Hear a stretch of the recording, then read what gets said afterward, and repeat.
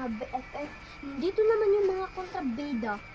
Kaya? Akala naman sila kung sino yung magaganda. Sino na naman kayang pinagchisisus nila dyan, ano? Oo nga, baka tayo na naman. Sige na, magbili ka na doon. Aray! Hoy, aba! Bulag ka ba? Bulag ka ba? Ang laking-laking daan! Kasi nandyan siya! Doon ka magdaan, hindi dito! Oo nga, ang laki-laki ng space ng daanan, no?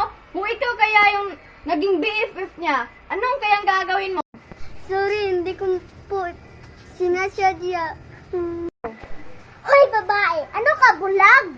Hindi ka makikita sa daanan kahit sino binabangga mo? Hoy, babae! Sino ka para sabihan ng best F ko na bulag? Ang laki-laki ng daanan! Tapos, siya pa yung sinasabihan mo na bulag?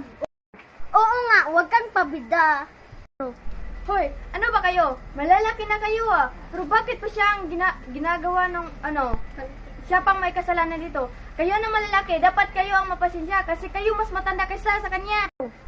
Alam niyo ba, away bata to, hindi away malaki. Alam mo, ipadidimanda talaga kita.